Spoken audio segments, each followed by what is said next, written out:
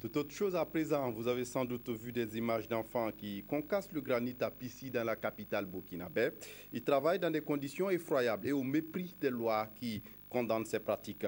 Ailleurs au Burkina comme au sud-ouest, le phénomène de la traite et du travail des enfants est inquiétant.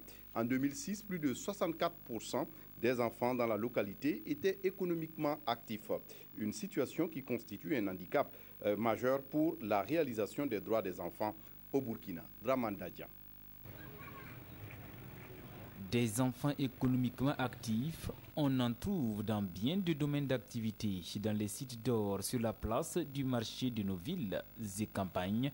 Le travail des enfants demeure en effet une préoccupation.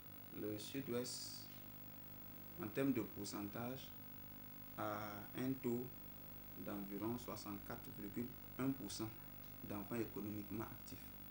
Et c'est le taux le plus élevé par rapport à l'ensemble des régions. Des enfants travailleurs ont fait fi de la réglementation en matière du travail, par méconnaissance peut-être, et l'initiative de faire quelque chose de ces 10 doigts des tout petits. C'est un enfant qui est venu seulement comme ça, qui veut travailler. Il n'est pas allé à l'école, il n'a jamais fait école. Comme ça, qui veut travailler. Il est venu seulement, mais dort chez nous. Outre les travaux ménagers, ces fillettes croupissent régulièrement sous le poids de leurs fagots de bois et autres charges, particulièrement les jours de marché. Parmi ces filles, il y a des élèves. Certaines ont abandonné l'école pour s'adonner à ces travaux dus à la pauvreté des parents. Mais vous voyez, les lourdes charges jouent sur leur croissance physique. Je suis en classe de CP1. Je vais vendre ce charbon au marché à 700 francs.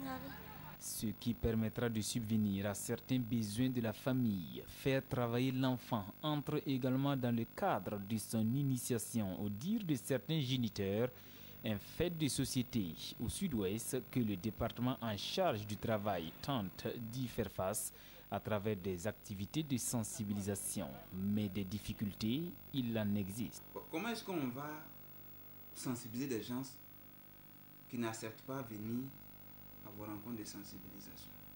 C'est toute la question. Or, si nous restons dans cette gamme de sensibilisation, ce n'est pas qu'on ne va pas atteindre des résultats, mais ce ne sont pas celles que nous escomptons. Il faudrait donc l'implication de tous pour réduire l'indice de travail des enfants.